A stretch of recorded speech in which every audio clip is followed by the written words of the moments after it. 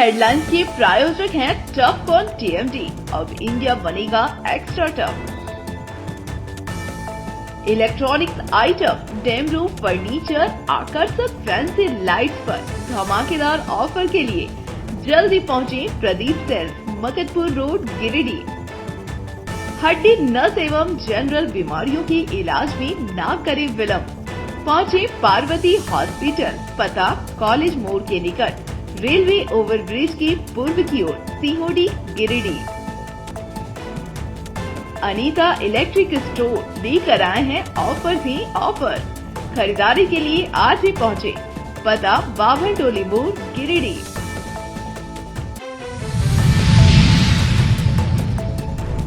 गिरिडीह उपायुक्त ने जनता दरबार का किया आयोजन, कई मामलों का हुआ ऑन द स्पॉट समाधान, साथ ही बुजुर्गों को दिया गया कंबल।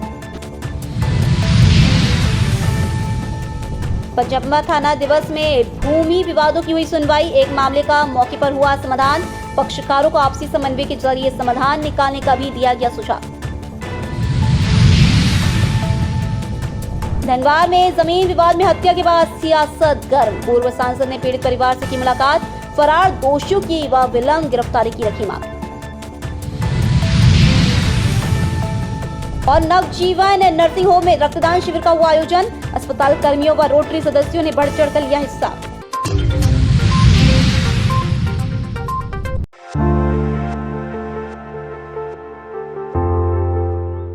आम लोगों की समस्याओं के त्वरित समाधान के उद्देश्य से मंगलवार को समरणालय स्थित उपायुक्त कार्यालय कक्ष में साप्ताहिक जनता दरबार का आयोजन किया गया। जनता दरबार की अध्यक्षता उपायुक्त रामनिवास यादव ने की। इस दौरान जिले के विभिन्न प्रखंडों से पहुंचे नागरिकों ने अपनी समस्याएं सीधे उपायुक्त के समक्ष रखी। उपायुक्त ने एक एक कर सभी आवेदनों की बातें ध्यान पूर्वक सुनी और संबंधित विभागों के अधिकारियों को मौके पर ही आवश्यक दिशा निर्देश दिए। उन्होंने स्पष्ट कहा कि जनता दरबार का मकसद सिर्फ आवेदन लेना नहीं, बल्कि समस्याओं का समयबद्ध और प्राथमिकता के आधार पर समाधान सुनिश्चित करना है। जनता दरबार में पेंशन, राशन कार्ड, भूमि विवाद, दाखिल खारिज, आवास योजना समेत विभिन्न विभागों से जुड़े मामले सामने आए। उपायुक्त ने अधिकारियों को निर्देशित किया कि जिन मामलों को तत्काल निष्पादन संभव है, उन्हें नियमानुसार तुरंत निपटाया जाए। इस दौरान कई मामलों का ऑन द स्पॉट निराकरण भी किया गया। जनता दरबार के दौरान उपायुक्त रामनिवास यादव ने वृद्ध माताओं के बीच कंबल का वितरण कर मानवीय संवेदना का परिचय दिया। उन्होंने कहा कि जनता दरबार प्रशासन और आम जनता के बीच सीधा संवाद स्थापित करने का प्रभावी माध्यम है और इससे शासन की योजनाओं का लाभ सही व्यक्ति तक पहुंचाना संभव होता है। उपायुक्त ने सभी विभागों को आपसी समन्वय के साथ कार्य करने और लंबित मामलों के शीघ्र निष्पादन को सुनिश्चित करने का निर्देश दिए।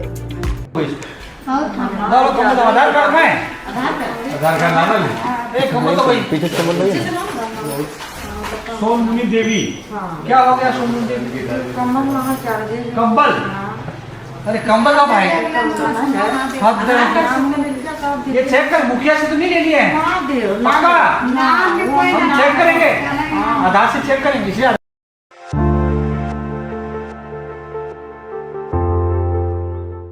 पचम्बा थाना परिसर में मंगलवार को थाना दिवस आयोजित कर आम नागरिकों की भूमि से जुड़ी समस्याओं पर सुनवाई की गई। कार्यक्रम में अंचलाधिकारी जितेंद्र प्रसाद और पचम्बा थाना प्रभारी राजीव कुमार मौजूद रहे। इस अवसर पर ग्रामीणों ने जमीन विवाद से संबंधित कुल 3 मामले रखे। सुनवाई के क्रम में अधिकारियों ने मौके पर ही एक प्रकरण का समाधान कर दिया, जबकि शेष 2 मामलों में दस्तावेजों की कमी सामने आने के कारण तत्काल निर्णय संभव नहीं हो सका। इन दोनों मामलों के पक्षकारों को आपसी समन्वय बैठक के जरिए समाधान निकालने और अगले थाना दिवस पर आवश्यक कागजात के साथ उपस्थित होने का निर्देश दिया गया। अंचलाधिकारी जितेंद्र प्रसाद ने बताया कि उपायुक्त एवं पुलिस अधीक्षक के निर्देश पर थाना दिवस का आयोजन किया गया है, ताकि भूमि विवाद को प्रारंभिक स्तर पर ही निपटाया जा सके। उन्होंने कहा कि करहरबारी से जुड़ा मामला दोनों पक्षों की सहमति से वहीं सुलझा लिया गया, जबकि बोडो समेत एक अन्य मामला दस्तावेज उपलब्ध नहीं होने के कारण लंबित रखा गया है। उन्होंने कहा कि थाना दिवस का मुख्य उद्देश्य लोगों को कोर्ट कचहरी की लंबी प्रक्रिया से बचाकर स्थानीय स्तर पर विवादों का समाधान करना है। साथ ही क्षेत्रवासियों से शांति एवं कानून व्यवस्था बनाए रखने और आपसी भाईचारे के साथ समस्याओं के निपटारे में सहयोग करने की अपील की गई। अधिकारियों ने यह भी बताया कि प्रत्येक माह कम से कम 2 बार थाना दिवस आयोजित करने का प्रयास रहेगा, ताकि अधिक से अधिक मामलों का समाधान थाना स्तर पर ही किया जा सके।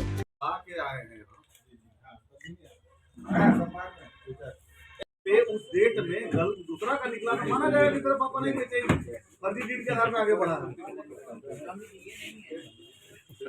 यार। अरे यहाँ नाम लिखा हुआ है 2 पासी उर्फ दशरथ पासी।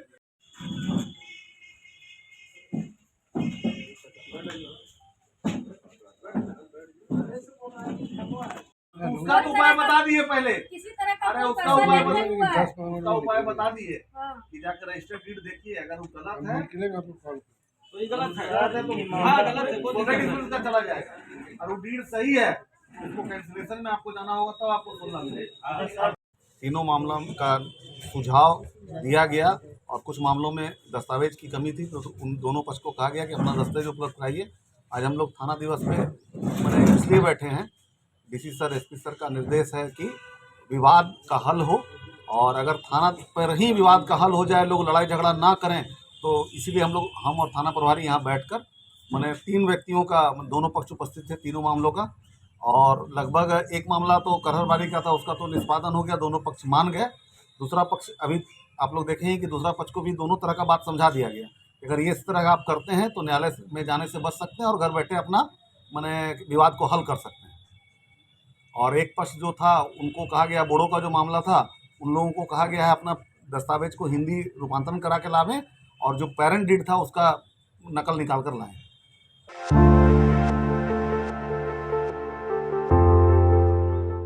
जमीन विवाद में कमलेश सिंह की बेरहमी से की गई हत्या को लेकर क्षेत्र में आक्रोश कम होने का नाम नहीं ले रहा है।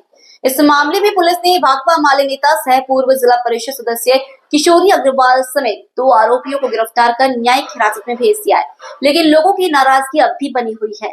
मंगलवार को पूर्व सांसद रविंद्र कुमार राय हिरोडी थाना क्षेत्र के मानिकाबाद पहुंचे और मृतक के परिजनों से मुलाकात की।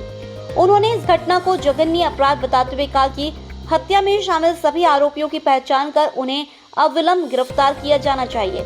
पूर्व सांसद ने मांग की कि सरकार हत्यारों की संपत्ति को जब्त कर उसकी नीलामी करे और उससे प्राप्त राशि मृतक के आश्रितों को मुआवजे के रूप में दी जाए। उन्होंने यह भी आरोप लगाया कि पुलिस द्वारा हिरासत में ली गई मुख्य अभियुक्त की पत्नी को राजनीतिक दबाव में छोड़ दिया गया। उन्होंने हत्या आरोपियों का पक्ष लेने वाले नेताओं की कड़ी निंदा करते हुए पुलिस प्रशासन से निष्पक्ष जांच और सभी दोषियों पर कठोर कानूनी कार्रवाई सुनिश्चित करने की मांग की।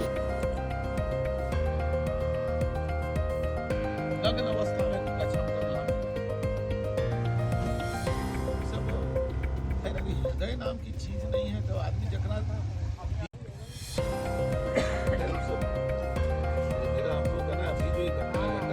ये सबसे पहले तो मैं ये कहूँगा कि कमलेश सिंह मित्रता के नाते या पूजा के नाम पर निमंत्रण के नाते सिरसाई गांव गए, और जैसा मुझे पता चला कि इस तरह की बात हुई थी कि उनको पूजा के नाम पर बुलाया था या जो भी मित्रता के नाम पर गए होंगे, और वहाँ जो झगड़ा झंझट हो रहा है तो कोई भी स्वाभाविक रूप से कोई आदमी उसमें जिसके यहाँ गया है उसके परिवार से यदि कोई झगड़ा होने वाला है तो लोगों को खड़ा होना पड़ता है। लेकिन टारगेट करके जिस तरह से अमानवीय तरीके से पीट करके और हत्या किया गया है, उत्साह किया गया है, यानी अब कुकर्म पर भी शर्म नहीं, बेशर्म की तरह जो है सो एक आदमी की हत्या की गई और उस व्यक्ति ने उसकी अगुवाई की जो खुद जनप्रतिनिधि पहले रह चुका है, जिला परिषद सदस्य रह चुका है, अर्थात उसको कुछ न कुछ कानून का ज्ञान है। यदि कोई गलती भी हुई होगी तो उसको पकड़ के या थोड़े बहुत मारपीट के बाद में पुलिस को हैंडओवर किया जा सकता था। पुलिस वहां से मात्र 3 किलोमीटर की दूरी पर थी, तो जानबूझ करके और योजनाबद्ध तरीके से उसकी हत्या की गई है। ये बहुत ही दुर्भाग्यपूर्ण है, इससे बड़ा दुष्कर्म कुछ हो नहीं सकता। हम इसकी निंदा करते हैं और ये वीडियो जो था वो सब छुपाया गया था जब मेरे संपर्क के कुछ लोगों के हाथ में वीडियो आया तो उसको हमने प्रशासन में भिजवाया और वो वायरल भी हुआ है। और हमें इस कहने में कोई झिझक नहीं है, ना कोई भय है कि जिस प्रकार से हत्या हुई है उसमें उस समूह में जितने भी लोग लगे हैं उनको भी उसी प्रकार का दंड मिलना चाहिए जैसे आज कमलेश के परिवार को दंड मिला है। आज सब लोग विवश हैं, घर में बंद होकर रो रहे हैं। आज एक नई नवेली लड़की जो जिसको एक भी कोई बाल बच्चा तक नहीं है, वो भरी इस उम्र में आज उसको विधवा होना पड़ा। उसकी माँ भी जिंदा है, पिता जिंदा हैं, आज जिनका सहारा छीन गया है। ये बहुत दुखद घटना हुई है। मुझे जो जानकारी मिली है कि प्रशासन को भी जानकारी मिली लेकिन कुछ विलंब हुआ, फिर भी इस प्रकार के अपराध करने वाले लोगों को तमाम कानूनी कार्रवाई करते हुए, क्योंकि अब वीडियो के बाद में किसी और सबूत का गुंजाइश नहीं बचता है। ये ना हो कि कल चल करके किसी गवाही को तोड़ फोड़ करके कोशिश करेगा कि लोग केस को कमजोर करने का। तो प्रशासन को चाहिए कि उस केस की मजमून इतना तैयार और इतना मजबूत हो कि उन लोगों को फांसी की सजा मिलनी चाहिए। जो उसके साथी रहे हैं उनको आजीवन कारावास मिलना चाहिए। और सरकार को आज जो लड़का मारा गया है उसके परिवार के जीवन यापन के लिए मुआवजा दी जानी चाहिए। तो सरकार जो हत्यारा है उसकी जायदाद को सीज करके उसको बेच करके और उसकी कीमत लगा करके उसके मुआवजे देने का काम करना चाहिए, क्योंकि ऐसे तो घटनाएं और अपराध बढ़ते चले जाएंगे और कई जगहों पर सरकार ऐसे ही करती है। तो यदि मुझे लगता है कि इस प्रकार का कोई मजबूत कार्रवाई हो, हम जिला प्रशासन से मांग करते हैं। और किसी भी प्रकार की कोताही या देरी, अभी जो मुझे पता चला जो मुख्य अभियुक्त है उसकी पत्नी कल पकड़ाई और थाना से उसको छोड़ दिया गया सिर्फ इसलिए कि कुछ राजनीतिक नेता लोग आकर के उस पर दबाव बना रहे हैं।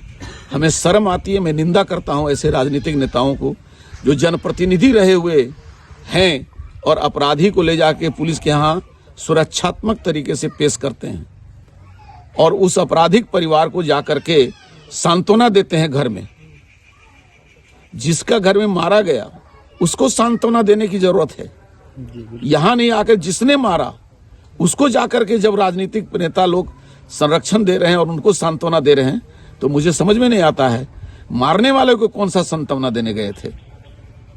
उसमें कई पूर्व जनप्रतिनिधि थे, माननीय लोग थे। इससे बड़ा दुर्भाग्य और इससे बड़ा समाज विरोधी काम कुछ नहीं हो सकता है। तो जो मनुष्य एक इंसान की हत्या करते हुए जानवर की तरह व्यवहार करे उसके साथ कोई रहमदिली नहीं हो सकता।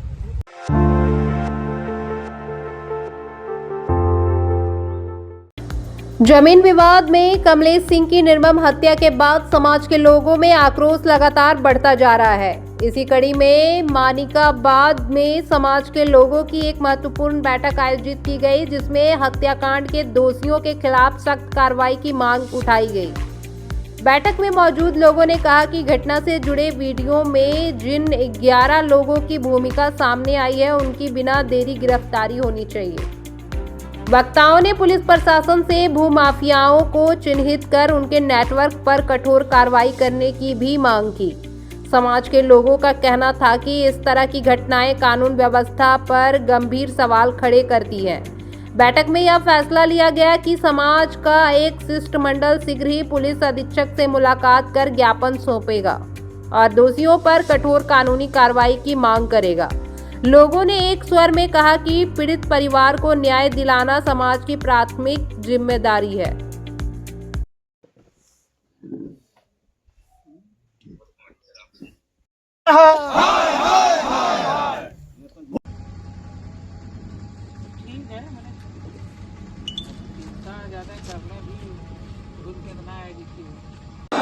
कमलेश सिंह के परिवारों को न्याय मिलना चाहिए। इनकलाब जिंदाबाद, जिंदाबाद, जिंदाबाद। इनकलाब जिंदाबाद, जिंदाबाद, जिंदाबाद। कमलेश सिंह के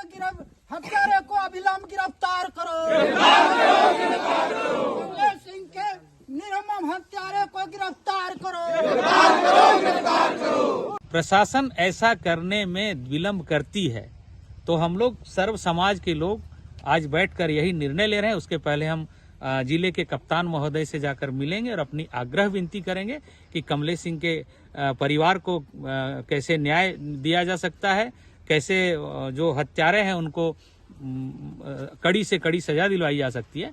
और अगर उनकी गिरफ्तारी नहीं हुई 7 से 8 दिन के, जैसे कि 7 दिन आज हो चुका है, 7 और 8 दिन और हम लोग टाइम देके देखते हैं, अगर इस बीच नहीं गिरफ्तारी होती है तो हम लोग सड़क पर उतर करके प्रतिवाद मार्च निकालेंगे। दूसरी बात, यहाँ एक बहुत बड़ा पूरे गिरिडीह में आए दिन आप देख रहे हैं कि जमीन लूटने का बहुत बड़ा कारोबार चल पड़ा है और उस जमीन लूटने वालों का संरक्षण देने वाले बहुत सारे नेता आज के डेट में सामने आ गए हैं जो खुल करके उनका संरक्षण देते हैं। तो ऐसे लोगों से भी हम लोग समाज को बचाने के लिए हम लोग निरंतर संघर्ष करेंगे। और बैठक में विश्वनाथ सिंह, निरंजन सिंह, बहादुर सिंह, जितेंद्र कुमार सिंह, मनोज सिंह, शंभू सिंह, अविनाश सिंह, मदन मोहन सिंह, इंद्र नारायण सिंह, विपुल कुमार सिंह सहित कई गणमान्य लोग उपस्थित थे।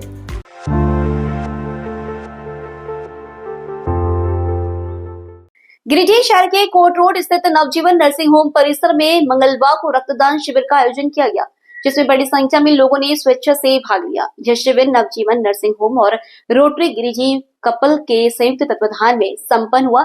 शिविर के दौरान कुल लगभग 40 यूनिट रक्त का संग्रह किया गया। रक्तदान शिविर में नवजीवन नर्सिंग होम के चिकित्सक, कर्मचारी एवं रोटरी गिरिडीह कपल के सदस्यों ने उत्साहपूर्वक रक्तदान किया। कई प्रतिभागियों ने पहली बार रक्तदान किया, जिनमें अनित खंडेलवाल प्रमुख रूप से शामिल रहे। पहली बार रक्तदान करने वाले प्रतिभागी खासे उत्साहित नजर आए। आयोजकों ने बताया कि गिरिडीह में रक्त की उपलब्धता सुनिश्चित करने के उद्देश्य से हर वर्ष इस तरह के शिविर का आयोजन किया जाता है, ताकि जरूरतमंद मरीजों को समय पर रक्त मिल सके। इस अवसर पर नवजीवन नर्सिंग होम की सीईओ डॉक्टर स्वाति बगेड़िया ने कहा कि रक्तदान शिविर सकारात्मक और उत्साहपूर्ण माहौल में सफलतापूर्वक संपन्न हुआ। उन्होंने बताया कि नवजीवन नर्सिंग होम लगातार समाज सेवा से जुड़े कार्यक्रमों का आयोजन करता आ रहा है और भविष्य में भी चिकित्सा के क्षेत्र में बेहतर सेवाएं देने के लिए प्रतिबद्ध रहेगा। शिविर में रोटरी गिरिडीह कपल के अध्यक्ष हरिंदर सिंह मोंगिया, सचिव Anit Khandelwal, project chair Sheetal Gorisaria, Red Cross Society के चेयरमैन अरविंद कुमार, डॉक्टर सोहेल अख्तर, अभिषेक बगेड़िया, Vaibhav Shahabadi, Siddharth Gorisaria, Ashiq Jain, Gurvinder Singh, Supreet Singh, doctor Aditi Rajgarhia, doctor Neeraj Sinha, doctor Hemant सहित अस्पताल के कई कर्मचारी मौजूद थे। नवजीवन नर्सिंग होम और Rotary Club of Giridih couples के संयुक्त प्रयास से हमने नवजीवन में एक ब्लड डोनेशन कैंप का आयोजन किया है। हमारी कोशिश है कि इस कैंप से हम कम 40 यूनिट ब्लड इंतजाम करें। क्लब की तरफ से हमारा ये कहना है पूरे सोसाइटी को कि सबको आगे बढ़ के ब्लड डोनेट करना चाहिए। खास करके आजकल की युवा पीढ़ी सब बहुत डरते हैं ब्लड देने से, लेकिन डर के आगे ही जीत है और इससे आप बहुत लोगों की ज़िंदगी बचाओगे। तो हर किसी को आगे बढ़ के ये ब्लड डोनेशन कैंप्स करना चाहिए और ऐसे कैंप्स में ब्लड डोनेट करना चाहिए। कितना कलेक्शन है आज? हम 40 का टारगेट कर रहे हैं।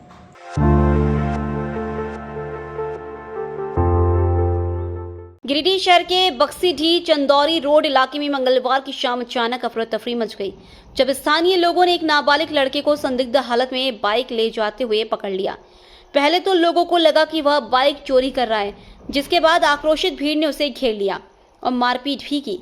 हालांकि कुछ समझदार लोगों के हस्तक्षेप के बाद स्थिति संभली और मारपीट बंद कराई गई। स्थानीय लोगों द्वारा पूछताछ करने पर नाबालिग ने जो जानकारी दी, उसने सभी को चौंका दिया।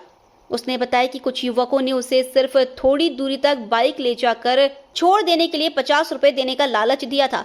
उसका दावा था कि वह खुद बाइक चोर नहीं है, बल्कि जिन युवकों ने उसे भेजा था वही असली चोर है। इसी झांसे में आकर वह बाइक लेकर जा रहा था। घटना के बाद बाइक मालिक भी मौके पर पहुंचा और नाबालिग को साथ लेकर अन्य आरोपियों की तलाश शुरू की। इसी बीच सूचना मिलते ही नगर थाना की पुलिस टीम भी घटनास्थल पर पहुंची। पुलिस ने स्थानीय लोगों और नाबालिग से पूछताछ कर पूरे घटनाक्रम की जानकारी जुटाई। फिलहाल पुलिस मामले की जांच कर रही है और यह पता लगाने का प्रयास किया जा रहा है कि नाबालिग को इस्तेमाल करने वाले असली आरोपी कौन हैं। तुमको बोला था शकूर खटाल बोले 50 रुपए देंगे बाबू ला दे। कौन परसों हम ना हम पूछते सर तू बाछिए के नहीं सर तू कैसे मोहल्ले का आदमी नहीं बे ना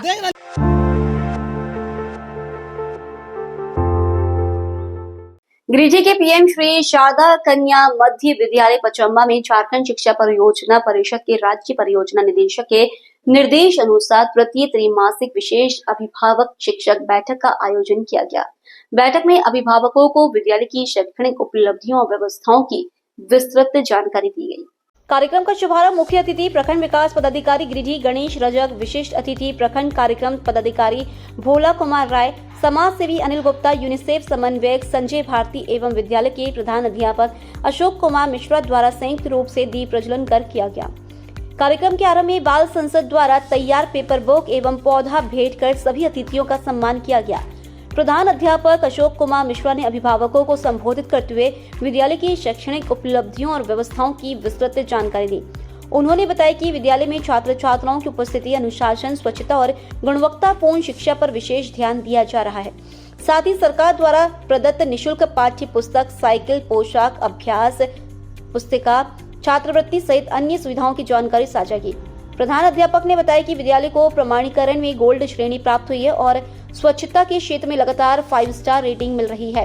राज्य मेधा छात्रवृत्ति ओलंपियाड, राष्ट्रीय मेधा छात्रवृत्ति इंस्पायर अवार्ड एवं राज्य स्थापना दिवस जैसे आयोजनों में विद्यालय की छात्राओं ने जिला स्तर पर उत्कृष्ट प्रदर्शन कर विद्यालय का नाम रोशन किया है। मुख्य अतिथि गणेश रजक ने कहा कि बच्चों का भविष्य संवारने में अभिभावकों की भूमिका महत्वपूर्ण है। नियमित रूप से बच्चों को विद्यालय भेजें और एसएमसी व माता समिति की सक्रिय भागीदारी सुनिश्चित करें। कार्यक्रम में उत्कृष्ट उपस्थिति और रेल परीक्षा में बेहतर प्रदर्शन करने वाले 18 छात्र छात्राओं, 18 अभिभावकों, 4 एसएमसी सदस्यों एवं 4 शिक्षिकाओं को शॉल, प्रशस्ति पत्र एवं मेडल देकर सम्मानित किया गया। एसएमसी मेंबर बहुत ही एक्टिव है, आज एसएमसी मीटिंग में नियमित उपस्थित रहते हैं। उनका बच्चा भी सब उपस्थित रहता है। पढ़ाई में भी बच्चे बहुत अच्छा प्रदर्शन करते हैं। वैसे हमारे हाउस के 4 सदस्य हैं जिनको सम्मानित करने के लिए हम आमंत्रित करेंगे।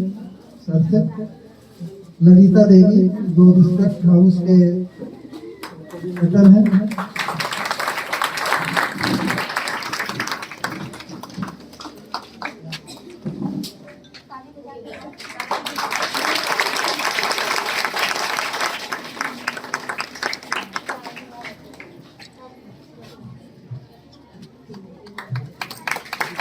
सोनी देवी जो हाउस के कोऑर्डिनेटर हैं।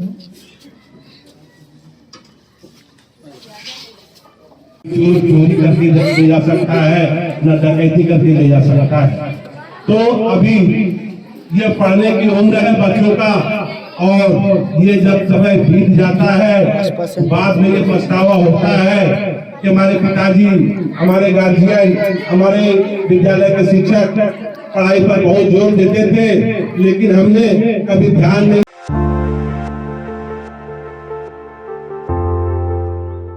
शीतलहर और बढ़ती ठंड को देखते हुए Lions club of Giridih elite की ओर से शहर के विभिन्न इलाकों में जरूरतमंदों के बीच कंबल वितरण कार्यक्रम का आयोजन किया गया। इस दौरान तिरंगा चौक, बक्सी डी रोड और सीओडी क्षेत्र में 200 से अधिक महिला पुरुषों को कंबल प्रदान किए गए। कार्यक्रम के दौरान डिस्ट्रिक्ट चेयरपर्सन लायन धर्म प्रकाश ने कहा कि लायंस इंटरनेशनल का मूल मंत्र जहाँ जरूरत वहाँ लायन है और इसी भावना के तहत ठंड से बचाव के लिए यह सेवा कार्य किया गया है। उन्होंने कहा कि लायंस क्लब मानव सेवा के कार्यों में निरंतर सक्रिय भूमिका निभाता रहा है। क्लब सचिव लायन सुदीप गुप्ता ने बताया कि आने वाले समय में भी क्लब की ओर से समाज सेवा से जुड़े विभिन्न कार्यक्रम आयोजित किए जाएंगे।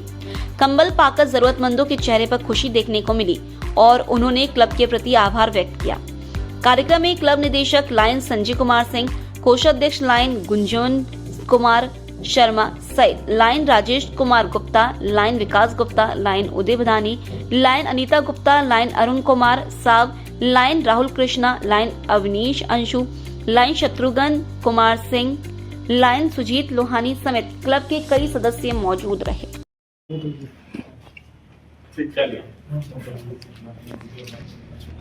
इसको ना नियो क्लब से जोड़ देंगे, बहुत इंटरेस्ट है इसमें। दो आदमी आइए।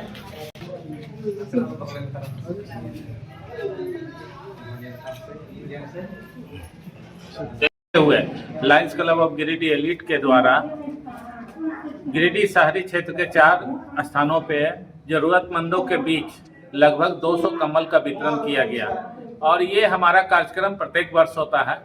आप सभी जानते हैं कि Lions club of Giridih elite सार्वजनिक कामों में, सामाजिक कामों में हमेशा अग्रणी भूमिका निभाता है और अपने सामाजिक दायित्व का निर्वहन करते हुए आज का ये कार्यक्रम का आयोजन किया गया था।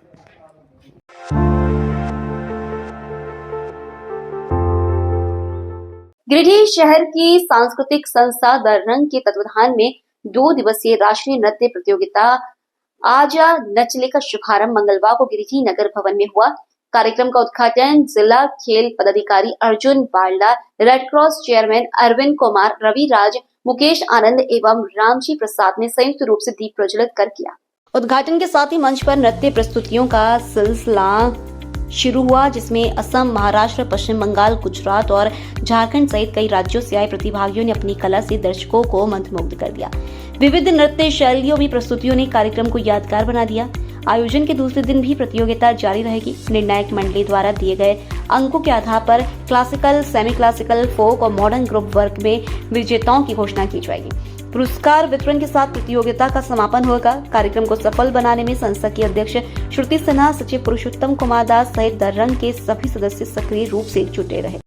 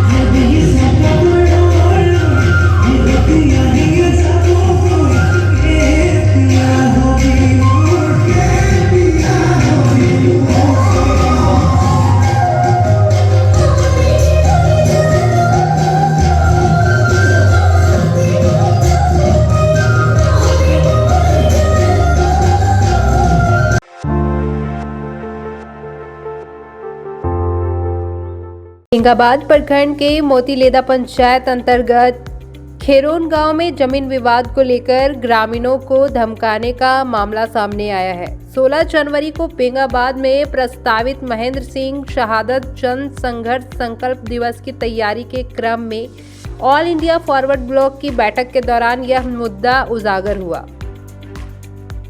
बताया गया कि जमीन के एग्रीमेंट व खरीद फरोख्त से जुड़े विवाद में दर्जनाधिक बाहरी लोगों द्वारा गांव पहुंचकर कुछ परिवारों को धमकाया गया। मामले को गंभीर बताते हुए फॉरवर्ड ब्लॉक के जिला संयोजक एवं पूर्व जीप सदस्य राजेश यादव ने कहा कि किसी को भी कानून हाथ में लेने या ग्रामीणों को डराने का अधिकार नहीं है। उन्होंने पीड़ित परिवारों को बेंगाबाद थाना में आवेदन देने की सलाह दी और भरोसा दिलाया कि वे वरीय पुलिस अधिकारियों से भी इस विषय में बात करेंगे। बैठक में जन समस्याओं पर चर्चा करते हुए उन्होंने शिक्षा, स्वास्थ्य, बिजली, पानी, राशन और प्रशासनिक कार्यशैली में सुधार की मांग उठाई तथा 16 जनवरी के आंदोलन को सफल बनाने की अपील की। सामने में अगर सच्चाई सही रहेगा, हाँ, तो आप कितना भागिए कितना पिछड़िए, हमको लेकिन सच्चाई जगह पर है। कराया नहीं,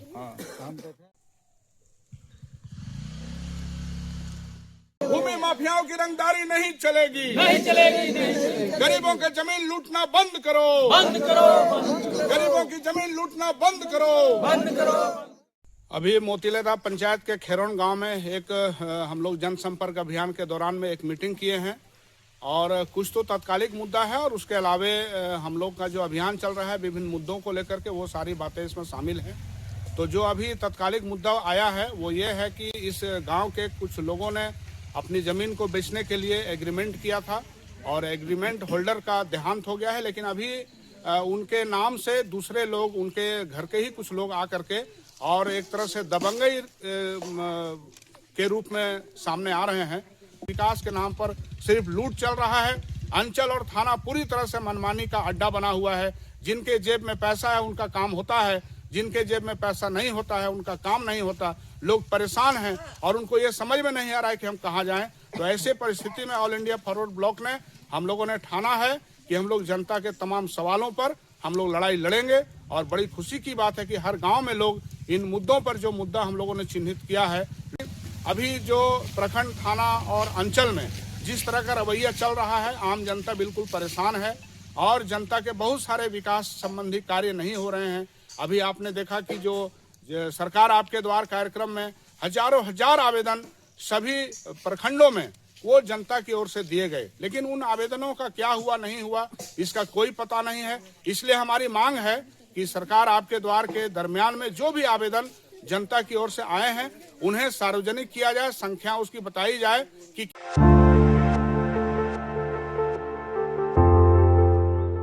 गिरिडीह शहर के ICR रोड स्थित मंदिर प्रांगण में 25 दिसंबर को श्री रानी सती दादी जी का 14वां मंगल पाठ महोत्सव भव्य रूप से आयोजित किया जाएगा।